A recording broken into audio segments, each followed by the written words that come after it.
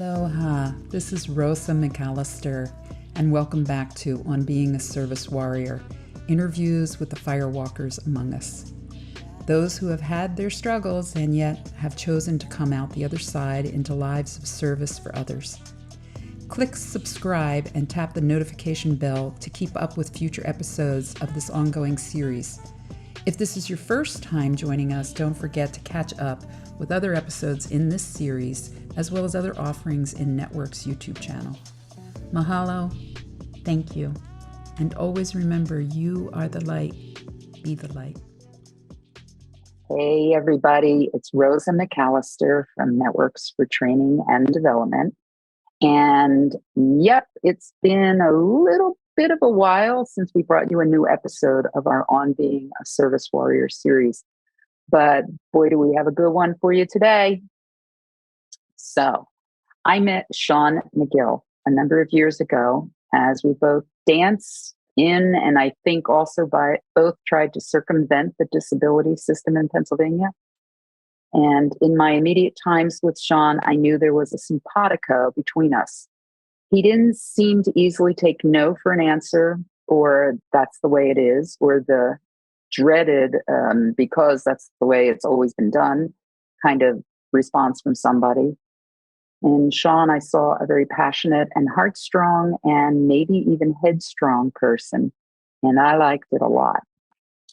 You see, I'm a bit older than Shawn, and in our field, us old heads are always looking for the next ones, the youngins, to pick up the cause, help fight the battles of inequity that still exist in the disability community. And real important thing here, not speak for others, but speak with them.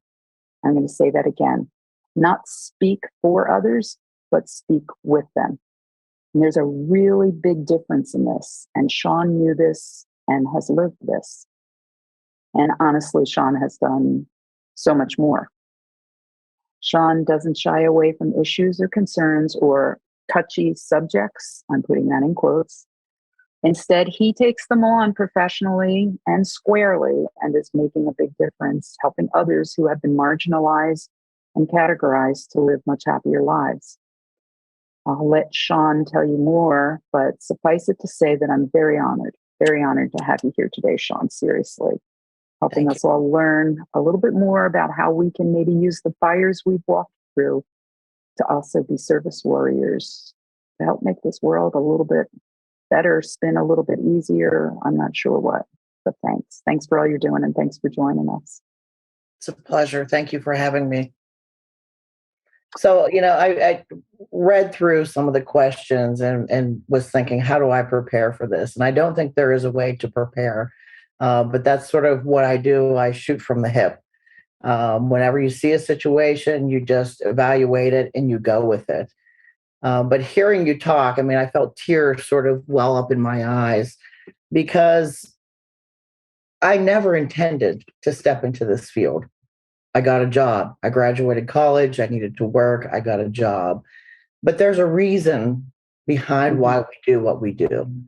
And it wasn't until recent years where I talked very candidly about who I am as a person and sort of the fire that I've walked through. And we look at the segments of our lives and going back into early childhood. I was raised in Bedford, Pennsylvania, which I consider that to be sort of the Bible Belt of the United States of America. A very religious family, Pentecostal, if you can imagine. And I was a child of the 70s. So I struggled. I just remember my childhood being one of struggle. My parents did the best that they could. I saw parents who worked very hard and were dedicated to a work ethic. My mother's almost 70, and she's still taking care of people, cleaning their homes and providing them with personal care and companionship. So I got that work ethic, but I also just remember being different. As far back as I can go in my memory bank, I felt different. And it's sort of this sort of Pinocchio of sorts, am I a real boy? Who am I? Am I a real person? And grade school, so elementary school, I spent a lot of time in special education myself. Um, I guess they would consider it learning disability or what have you. But I realize now I was a very anxious child. Maybe learning wasn't an issue for me, but being settled in my environment was. Again, I didn't fit in. I knew that I didn't. And it was a problem for me. And I couldn't learn, I couldn't focus. So I gave up. There wasn't anyone who was able to motivate me and inspire me until I hit high school. And there was one teacher that looked at me and said I was a somebody and I could do something more. And that was a turning point in my life because I thought this person is seeing some value in who I am as a human being, even despite all the challenges that I might have. I mean, I was a real hellcat. I feel sorry. I still to this day apologize to my mother, saying I'm sorry that I put you through so much grief and agony because my future didn't look very bright when you go back and you look in history. But it was that teacher in high school, and fast forward all these years later, Jim Hoven, who was one of the greatest mentors that I've had in working with people who have problematic sexual behaviors. He says, Shawn, you're in the business of motivation. Forget trying to evaluate people, forget trying to do screenings, forget all that. You have to motivate some people to be a somebody. And if you can accomplish that, you're going to be able to move them forward through aspects of recovery. Rosa, I never forgot that. And I've been blessed because I've been able to work with so many people like you and Sharon Potter and David Hinsberger. And I feel like I learned from the best to propel me in my career, but also to really be able to look at the depths of people and support them to be the best version of themselves too. Yeah. Well, thank you. Thank you. So you told us a little bit about the growing up, and gee, I'm not surprised about the Hellcat part. I kind of would have guessed that, and I love it. Um, I learned a long time ago that, and it was from a beloved friend who was very marginalized and put away and everything else. That, oftentimes we think about the specifics of our lives and the specific events, almost like the photographs, of the events. And they're important, no doubt about it. But I really like to think about the chapters because, as he taught me, as Lester taught me, even in the most hellish of time, there are bright spots. There are various like that teacher. There are others who somehow or other, thank heavens, are there for us, and hopefully we see them, or an event or something or other. And sometimes it's that lifeline for us. So I don't like to focus on just the negative and the fires and the crap, although that's interesting and it sells books and all that stuff. And I don't like to Pollyanna-ish and look at the, just the great teachers, but I like to look at the chapters of our lives. And so I've asked you and others to think about maybe what have the chapters been, or what are the chapters of Shawn's life that you would share with us? Today, I'm still trying to figure out who I am. What do I want to be when I grow up? I feel like I'm one of those people. I'm constantly evolving, but shouldn't we all, as human beings, be evolving? And I don't know. I don't know where I want to be geographically. I don't know what I want to do professionally. I'm just sort of rolling through. But when you look at the chapters, for me, it's childhood, college. College was a big turning point. And the last 3 years have probably been the most significant years of my life. Childhood, I didn't have a bad childhood. Right. So talking about the Bible Belt and all these other things, I had a wonderful family, and it wasn't just my parents, and they were at odds and eventually got divorced, but it was the extended family. I had wonderful grandparents. I had wonderful aunts and uncles. I had my tribe who they raised me up, but they Mm, also made me just feel very safe as a person too. Fast forward all these years, I mean, I knew as a child I keep alluding to different, and mhm, it will come out what's happened in the last 3 years. Um, and I think I should start there, work from the okay. most recent and go backwards. Three, I'm a lover of old things, Mm, older things, antiques. I've always loved antiques. One of my first jobs was selling antiques mm, for a place in Bedford, Pennsylvania, which is probably the antique capital of the world. And so I've always appreciated history and older things.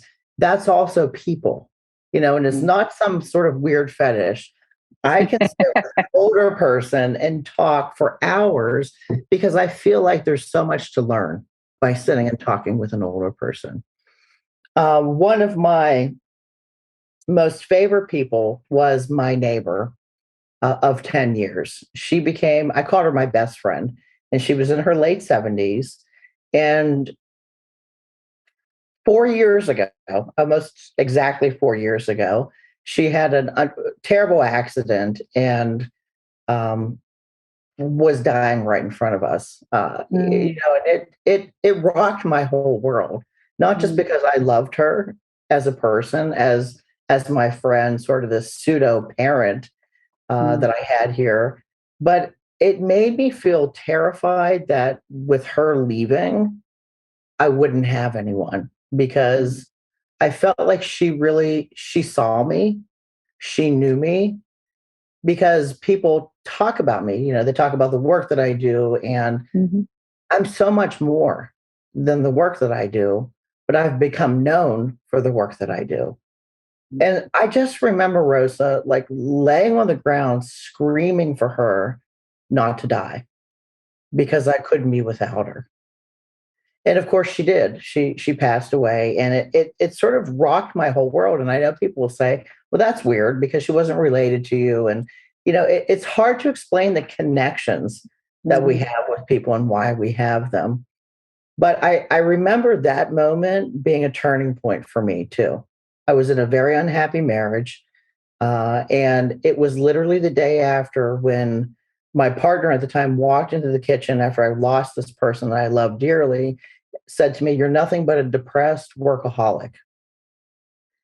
oh my. And in that moment, I knew I'm not doing this anymore. I can't Yeah. be this anymore. And COVID soon hit, and Mm, we all got hit and struck by COVID. Um, there was risk of losing your business. There's risk of losing your life. There's just all of these risks. We're isolated. I've battled depression for many years. mm, And I thought, I'm not going to make it. And here I am supporting people through gender identity, sexual identity. And I realized I'm the biggest hypocrite in the world. mm. Here I am supporting all of these people to be their authentic selves when I'm not being my authentic self because I was a coward. And so I it, it was just sort of this light bulb went off. I'm watching people die all around me. And do I want to die being Pinocchio, not quite the boy, that is Right. true, that is real. And so I took this leap of faith, and I have a congenital heart defect. I was told for many years, you can't do this, you can't transition, you can't be your true self because you'll die. And I remember meeting with the doctor and saying, I don't care if it kills me. The depression is going to kill me if I don't Mm, do something about it. And I decided to take the leap of faith and make the medical transition as a transgender male. And it was the most exciting yet scary part of my life. And I don't ever hope to be in that position again because it was a lot. It was a lot to sort of digest. But Wow. That's I can't even imagine. Yeah. And after being in this field for so long and having a Yeah. business, I thought I'm going to lose everything. And I have lost some, Heaven. but I'm okay with it. I'm okay with it because I feel like for the first time ever, I can see life in color instead of black and white. Mm. 40% of transgender people try to commit suicide. Yeah. I was one of them. Yeah. And, you can't talk about this stuff. I'm a licensed social worker, and here I am publicly talking about it because I think it needs to be publicly talked about. Yeah, I agree. There's so much pressure and expectations on therapists and other licensed people that we can't be human. You can't talk about the things that you struggle with because you have to be this. We have more rules than the president of the United States. Right. And it's a problem. Yeah, but very, very much so. I'm rambling. Wow. No, it's all good. It's all part of the story. It's part of the chapter, right? So turning this a little bit, because there's a billion other questions, but how would those who know you best, how would they describe you? If they were here, they were tapping you on the shoulder. Hey, don't forget to say this. Or she's not, that's no. He's not going to say this, but I'm going to say this about him. What would they say about Shawn? Who is Shawn? I think you nailed it in talking about me. I'm a very stubborn, sort of headstrong person. If I get my eye on something, I'm relentless, Rosa. I don't give up. And I think that served me well in the work that I do. But it's also been sort of my Achilles heel in my personal relationships. And when I say I'm still trying to figure out who I am, I'm starting to realize for the first time ever, I'm going to be 46, still young. Baby, but just a baby. Considering the doctor said I should have been dead by 40, I feel like it's this opportunity to live again and to sort of extend my grace here on earth. I need to stop working so much, and that is I realize I'm working with trauma too, that right. Overworking is a symptom of how we manage the trauma that we've been through, and I'm just starting to realize that 18 years of therapy didn't really help me with that piece. I'm just starting to recognize the damage that it's caused in terms of my personal relationships. So I'm working on that. Good. We're all works in progress. That's what I say, and it's got, I think that, I don't think any of us ever reach nirvana. We don't ever, all of our chakras don't open.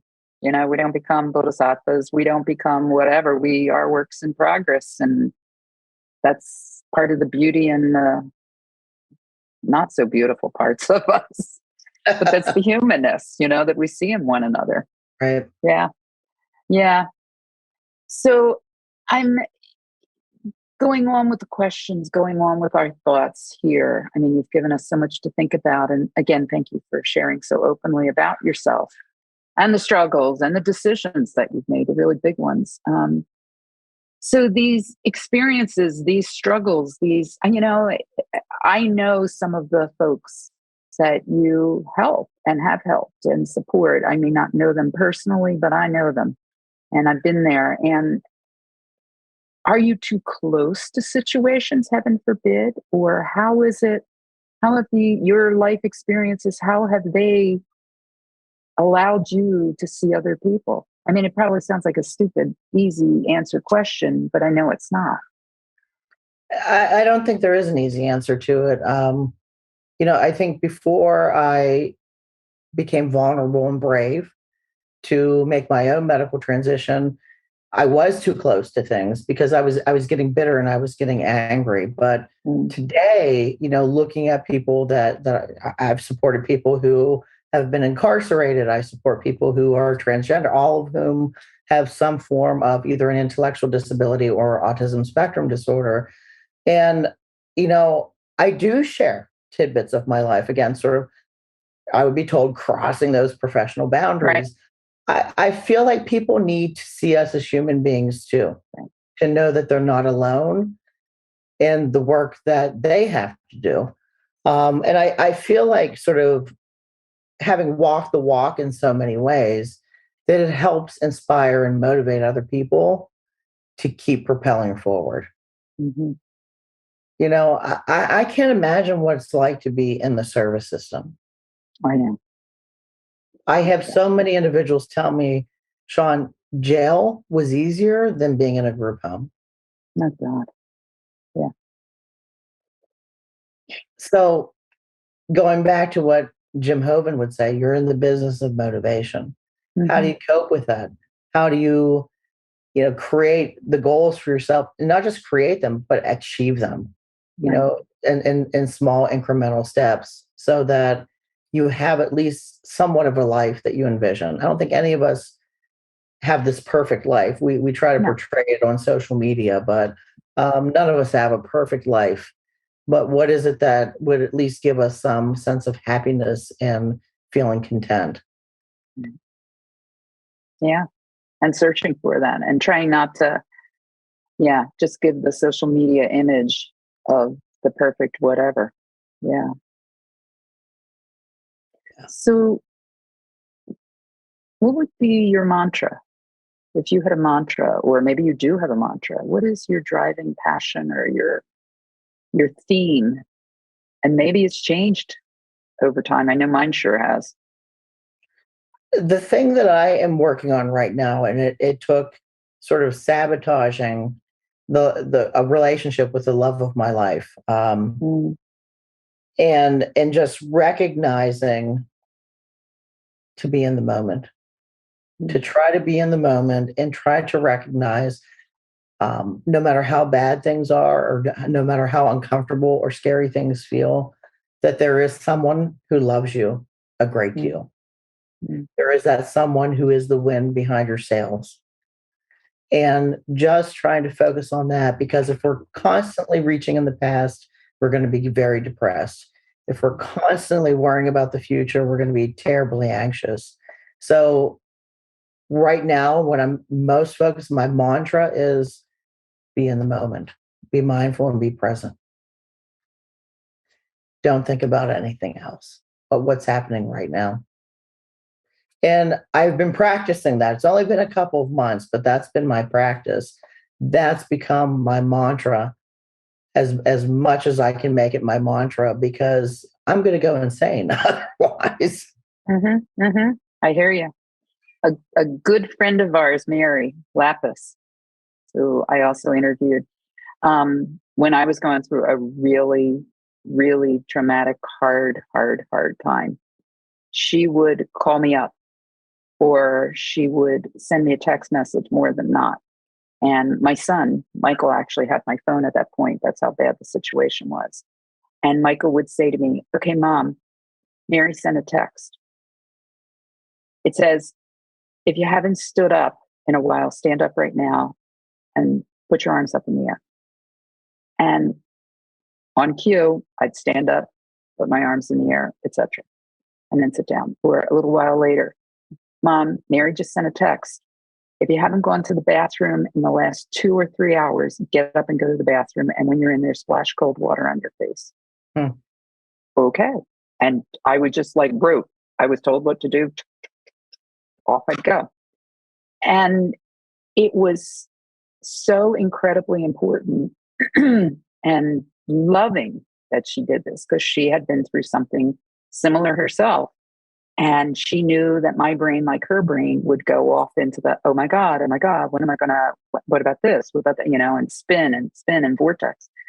And just those simple cues would bring me immediately back.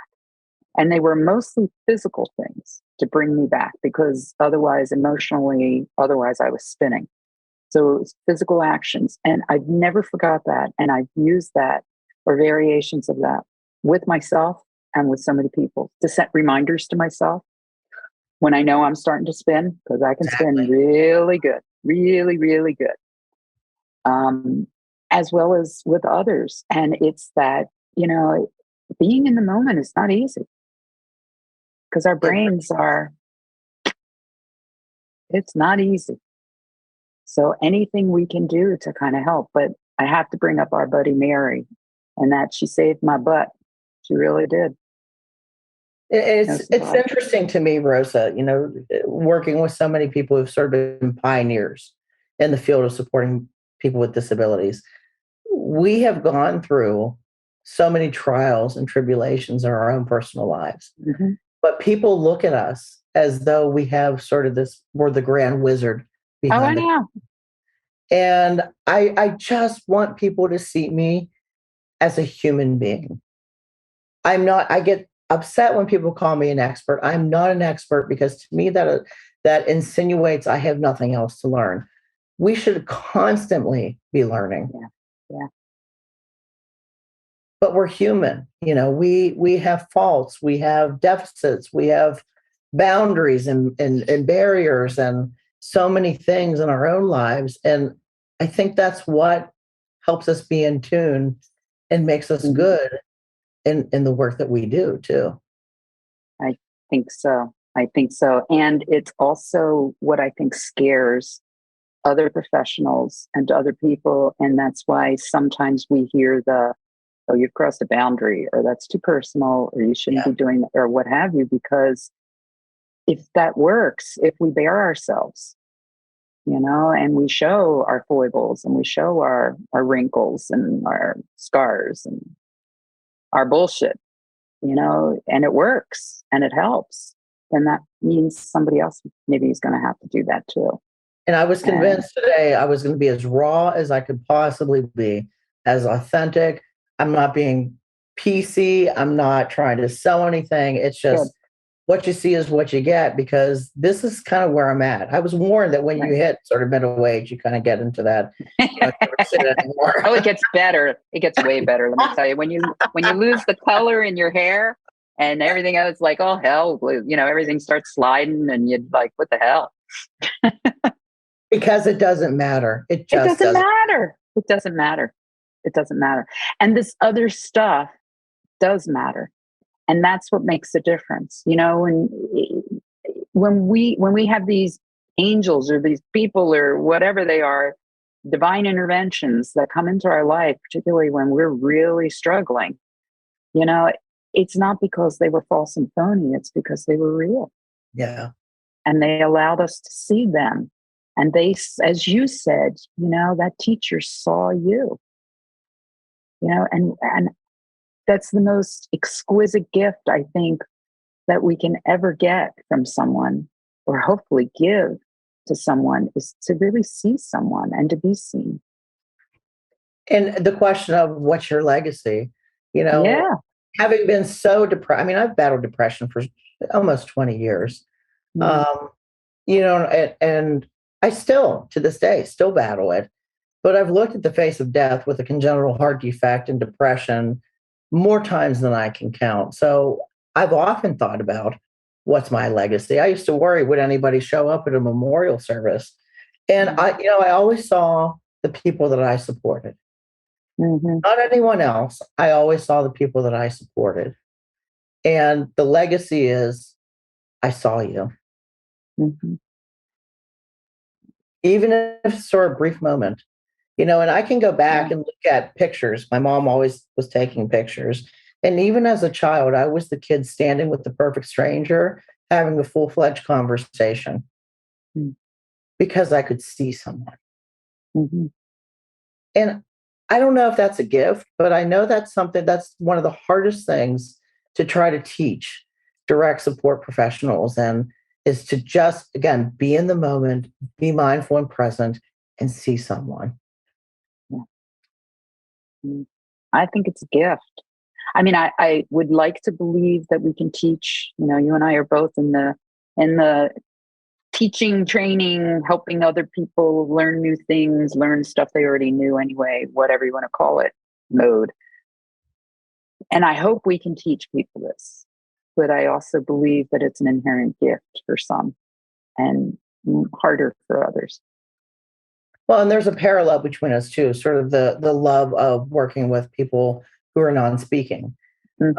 That's always been my preference because it really requires you to naturally be in tune with your fellow human being.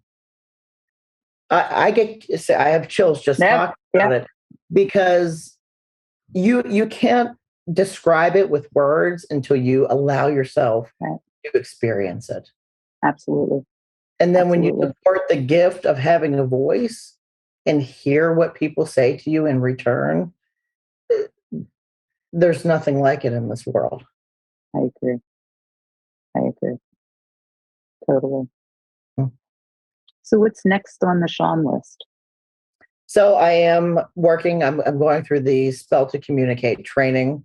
That is definitely a passion that I have. I know I've sort of carved out this niche in sexuality, but I want to take that to the non-speaking world and help people, even with their motor challenges, learn how to do things like hold hands and kiss and go on dates and maybe get married and do all those things. So that's sort of the focus. I don't know where it's going to go, but I want to give those people the opportunity, just like everyone else would have, to have that meaningful life. That's cool. I like that a lot. Thank you. Thank you for picking up that charge. Seriously. That means so much. I love it. It's the one thing that's motivating me again. Good. And so I got to take you back. This is my one zinger, if you will, and it's not really a zinger, but so going back to the first question. So given all this, so who is Shawn? Who is Shawn McGill? I'm definitely an advocate, for sure. Even in high school, I was the person who would sit with the person with cerebral palsy and beat up the kids who made fun of everyone else. Once you have that, I don't think it leaves you. I'm still that Hellcat. I'm still going to ride in a race car and jump from an airplane and take adventures. So what's going to happen in the next chapters? I hope for sure a lot of adventures and shenanigans, because that's what Shawn McGill likes. I love it. I love shenanigans. I totally love shenanigans myself. Adventure, risky, whatever. Totally. It's to feel the pulse and live. That's what I say. Absolutely. And none of us are getting out of here alive. So no. So why not? What the heck? Exactly. Give it some gusto. Well, thanks. Any parting words to our friends? Live your authentic life. Even if there's risk for losing business or family, at the end of the day, you know who's standing beside you, and they rise up and they come right beside you too. Yeah. Don't wait. That's true. Good. Don't wait. Keep doing it. Keep rocking it, Shawn. Thank you. Thanks so much for joining us. My pleasure.